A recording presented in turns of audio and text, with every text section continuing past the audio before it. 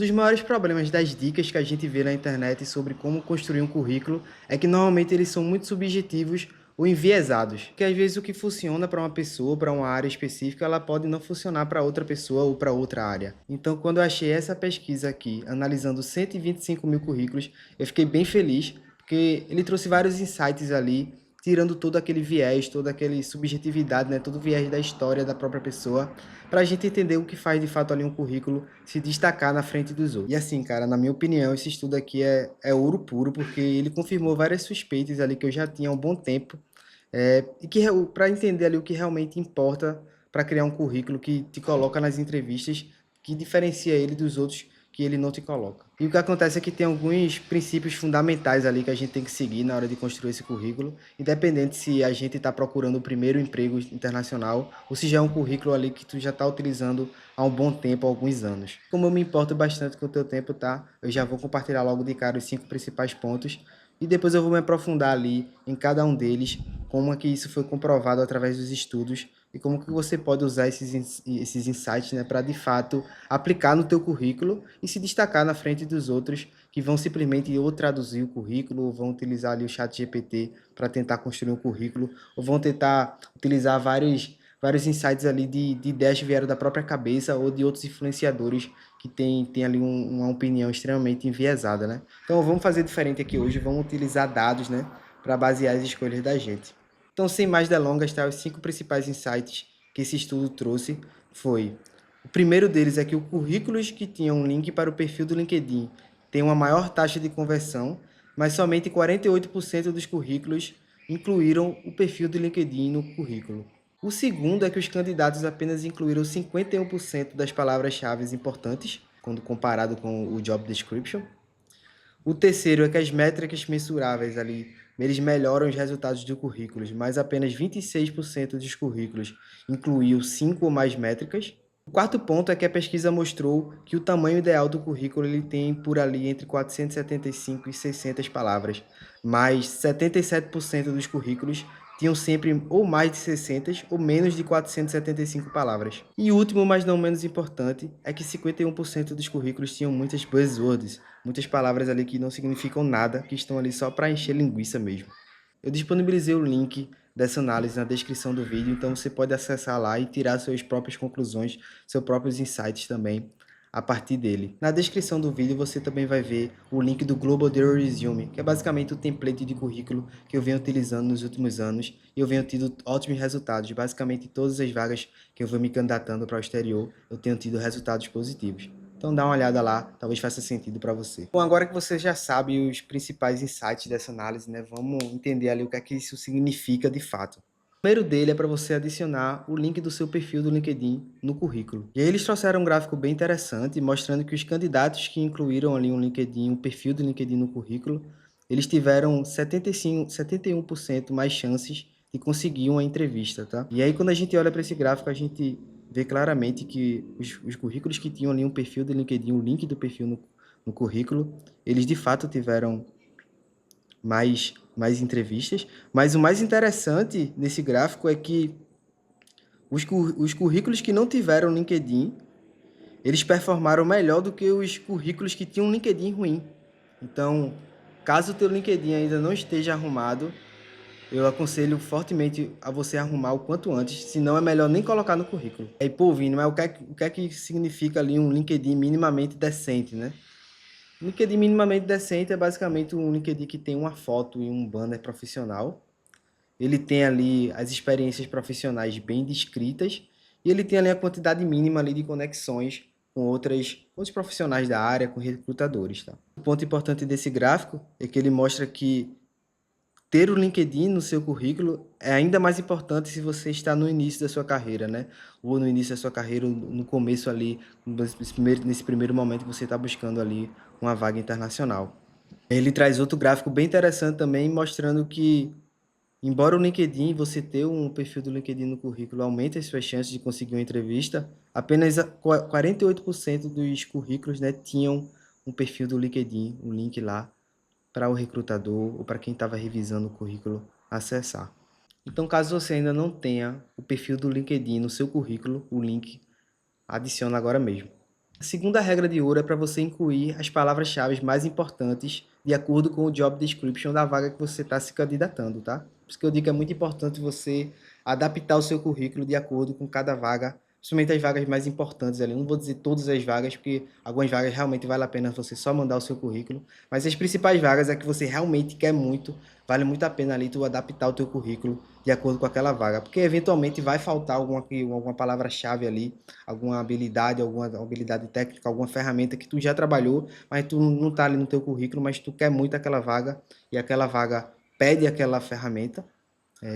Às vezes apareceu somente uma vez ali no job description, mas se você quer muito aquela vaga, então, e se você já tem de fato experiência com aquela ferramenta, vale muito a pena você adaptar seu currículo e colocar essa palavra-chave, tá? O que acontece é que de fato, que se teu currículo não tiver aquela quantidade de palavras-chave ali suficientes para dar match com o currículo, o ATS ele vai descartar o teu perfil antes mesmo do recrutador ter a oportunidade de ler e decidir ali se se tu é um bom fit ou não para aquela vaga. Então não vale a pena correr o risco do ATS ali entender que você é um candidato com baixo potencial para aquela vaga, simplesmente porque você não tem aquela palavra-chave específica, tá? Não vale a pena correr esse risco. E um dado bem interessante aqui, para você ver como a gente subestima muito isso, é que de acordo com a pesquisa, um job description tem em média 43 palavras-chave, mas a maioria dos candidatos só colocam 51% das palavras-chave e habilidades que aparecem no currículo, né? Que aparecem ali no job description.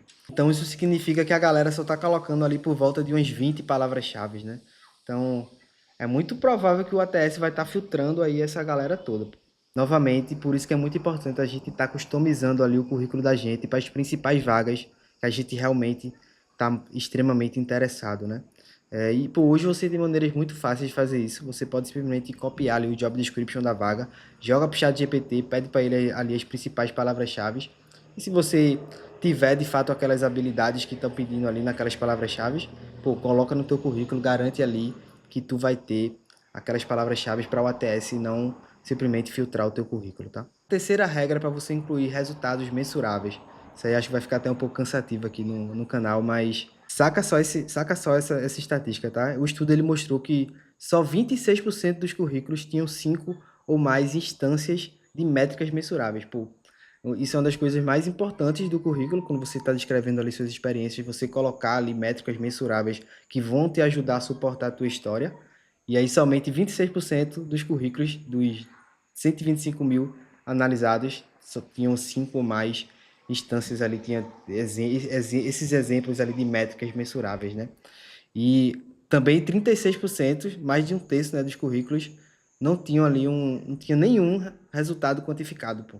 Então, é uma tecla que vale a pena ficar a gente sempre batendo, porque a gente sempre deixa para depois, ou então a gente... eu sei que não é fácil a gente pensar nessas métricas, mas muitas vezes o recrutador ali, ele vai estar muito mais interessado no esforço que tu gastou ali para pensar naquela métrica, para elaborar ela, do que na própria métrica em si, tá? Aí talvez tu esteja se perguntando assim, pô, por que que as empresas têm essas taradices, né, por métricas, porque eles preferem esses currículos aí com esses números, né? E o que acontece é que quando você utiliza esses números, né, fica muito mais fácil ali para o recrutador entender a entrega de valor que tu teve ali para o negócio, que tu teve para a empresa, né? Então, novamente, eu não vou me aprofundar muito nisso, porque eu venho falando isso basicamente em todo o vídeo, mas, pô, imagina se o recrutador recebeu ali 10 candidatos que estavam responsáveis por criar um pipeline de dados ali na AWS, tá? E, pô, é bem difícil ali tu entendeu para o recrutador entender quem fez aquilo bem e quem não fez, né? Quem fez de qualquer jeito, né? Então, o cara que chega e diz assim, pô, eu criei um pipeline que ajudou ali a empresa a economizar 30% de custos de processamento. Pô, ele já vai se destacar automaticamente, né? E claro que pode acontecer de você estar trabalhando ali num projeto interno, por exemplo, numa lib interna que outros times de dados vão estar utilizando, que não interfere ali diretamente, né, no lucro da empresa. Mas você pode dizer ali que você, por exemplo, aumentou a produtividade do time de Analytics e Engenharia em 30%. E você pode ver como é que isso impactou no negócio, né? Pode fazer algumas contas ali para tentar chegar em alguns outros números. Mas só de você colocar esse primeiro número já vai ser alguma coisa, simplesmente de dizer que você criou uma lib interna que ajudou outros times, né? E existem várias formulazinhas que a galera usa assim para você criar esses resultados mensuráveis, mas um que eu gosto muito assim, que para mim é o mais simples, é ação e resultado, ou então resultado e ação. O que foi que tu fez, qual foi o resultado que aquele teve no negócio ou na empresa, né? Ou então fala logo qual foi o resultado e como foi que o que foi que tu fez para chegar naquele resultado. A quarta regra é para você manter o seu currículo ali entre 400 e 600 palavras. E o que acontece é que essa pesquisa mostrou que currículos com essas quantidades de palavras, eles conseguem o dobro de entrevistas comparado com os currículos que estão de fora nessa faixa, tá? E, pô, lógico que a gente vai ter ali algumas exceções, né, nesse ponto. Por exemplo, se tu tem mais de 10 anos de experiência, provavelmente teu currículo ali ele vai acabar tendo muito mais palavras do que 500, por exemplo. Mas se você conseguir ali manter o seu currículo nessa faixa, a probabilidade de tu conseguir muito mais entrevistas vai aumentar bastante. E, pô, para checar isso, tu pode simplesmente copiar ali o teu currículo pro ChatGPT, perguntar para ele ali quantas palavras o teu currículo tem e ir ajustando de acordo com o resultado, tá? A quinta regra ali, que basicamente é o desgosto de todos os recrutadores e gestores de vagas, é você ficar colocando ali um monte de palavra, um monte de buzzword ali, um monte de palavrinha que não significa nada. Então, por exemplo, assim, eu tinha muito essa mania, né? Quando eu sempre colocava no meu currículo e sempre quando eu ia fazer entrevista, eu sempre tentava deixar o mais claro possível. Eu sempre queria dizer o máximo para o recrutador que eu sou apaixonado por dados. Você não tá entendendo, eu sou apaixonado por dados. Só que, pô, isso aí não significa nada, cara. Então, tu ficar dizendo assim, eu sou apaixonado por dados, eu sou uma pessoa ali, eu sou super motivado, eu trabalho super bem em equipe, eu trabalho muito bem sob pressão, eu sou apegado aos detalhes, eu sou extremamente criativo. Isso aí, no final das contas, não significa nada para o recrutador. Então, evita ficar colocando esse tipo de palavras, tá? No final das contas, o que importa mesmo são as hard skills, principalmente no teu currículo, tá? Na hora dele fazer ali o match, o sistema TS vai estar fazendo o match do job description com o teu currículo. No final das contas, essas palavras não vão estar fazendo tanto sentido, ainda mais quando o recrutador for ler o teu currículo, que ele ficar vendo esse tipo de palavra, esse tipo de habilidade, para ele não é nada muito palpável.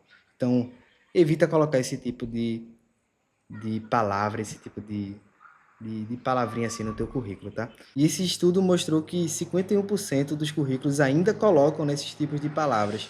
Então, o que tu pode fazer para evitar isso, né? Passar o teu currículo ali para o chat GPT e pedir para ele encontrar ali as palavras clichês ali, as buzzwords e depois sair removendo todas elas, porque de fato isso é algo que vai atrapalhar o teu currículo, a performance dele. E aí, pô, percebe que todos os insights aí desse estudo, eles foram bem simples, né? Nada de outro mundo ali. Então, basicamente, adicionar o teu perfil do LinkedIn ali no currículo é algo que normalmente quase todo mundo já faz, mas você pensa que quase todo mundo já faz, mas quando você vai para os números, né? Você vê que muita gente ainda deixa de colocar, acaba só colocando só o e-mail e o número como informações de contato. O outro ponto que já está bem batido, mas ainda assim as pessoas erram, que é deixar de colocar os resultados mensuráveis no teu currículo, das descrições das experiências dos teus projetos. E o terceiro ali é evitar de ficar utilizando essas palavrinhas, essas buzzwords que não significam nada. E dessa vez não sou eu que estou falando não, tá? Dessa vez é um estudo aqui sério que foi feito com mais de 125 mil currículos por uma empresa séria. Eu cometi esses erros e alguns outros no meu currículo, principalmente quando eu estava começando ali a procurar vagas no exterior. Eu contei nesse vídeo aqui os 5 principais erros que eu cometia quando eu estava procurando ali minha primeira vaga de engenheiro de dados no exterior.